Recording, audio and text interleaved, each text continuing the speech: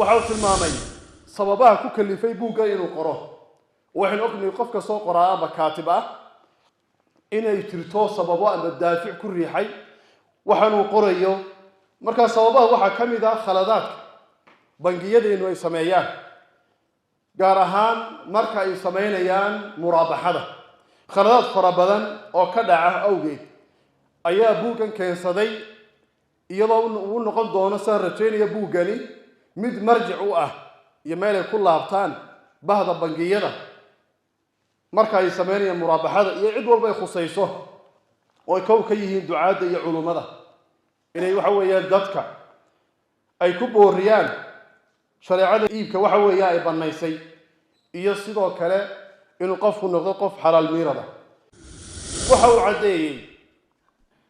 muraabaxada bangiyadu ay sameeyaan iyo muraabaxada caadiga inay laba kala yihiin oo muraabaxada caadiga ahi waa in qofka ganacsadaha alaabtan uu markii hore ka ganacsanay uu haystay ee hore inuu mar labaad uu iibiyo amba uu iibiyo alaabtii isagoo markaa raasumaalkii iyo faa'iidaba waxa weeyaan saaranaya bangiyadeenuna inta badan ma lahan meel alaabtu ay u keedsan tahay amba ay u taallo waxay ku timaadaa dalab macmiilku u dalbaday markaasaa laga yaabaa in laga howlgalo oo alaabtii la doono qoraagu sheekh guuleed maxamed faarax buuggan saynu tilmaanay wuxuu ka dhigay hordhac iyo 5 cutub iyo gunaanad hordhaca waxa uu ku tilmaamay haddaan isku dayo inaan soo koobo buuggan marka koobaad juhdi fara badan iyo dadaal fara badan baa qoraaga ka galay waayo buuggan maadaama uu yahay buug la turjumay oo laga soo turjumay afkeena luqadda carabiga lagu turjumay afkeena hooyo waxaynu ognahay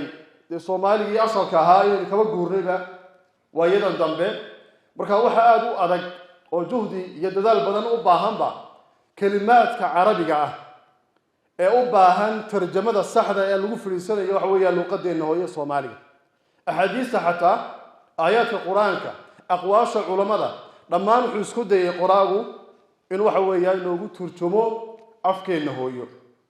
hordhaca markaad eegto buugga wuxuu aad ugu nuuxnuuxsaday qoraagu oo aad uga hadlay in dadka ku howlan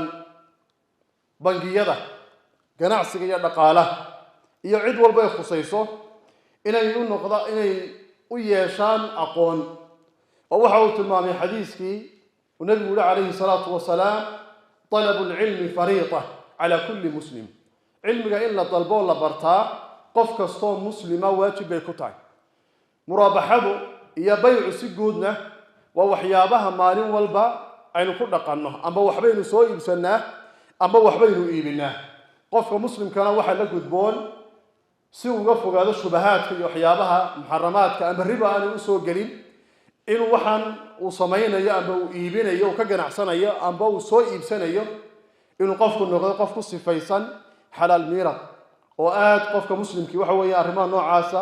uu ka digtoonaado arinta kaliya uu ka digtoonaan karaana ay tahay inuu qofku aqoon u yeesho qoraagu waxa uu tilmaamay sababaha ku kalifay buugga inuu qoro waxaan ognahay qofka soo qoraa ama kaatib ah inay jirto sababo ama daafic ku riixay waxaanu qorayo marka sababaha waxa kamid ah khaladaadka bangiyadeenu ay sameeyaan gaar ahaan marka ay sameynayaan muraabaxada khaladaad fara badan oo ka dhaca awgeed ayaa buuggan keensaday iyadoo uu noqon doono saan rajaynaya buuggani mid marjic u ah iyo meel ay ku laabtaan bahda bangiyada marka ay sameynayaan muraabaxada iyo cid walba ay khusayso oo ay ka yihiin ducaada iyo culimada inay waxa weeyaan dadka ay ku booriyaan shareecadeena islaamku iibka waxa weeyaan ay banaysay iyo sidoo kale inuu qofku noqdo qof xalaal miirada qoraagu buuggan runtii juhdigiisa iyo dadaalkiisaba waa geliyay waxa uu cadeeyay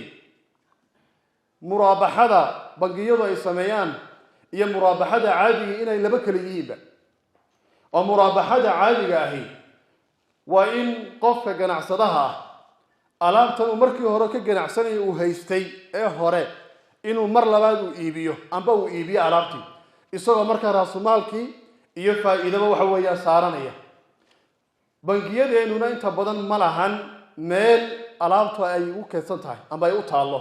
waxay ku timaadaa dalab macmiilku u dalbaday, markaasaa laga yaabaa in laga howlgalo oo alaabtii la doono.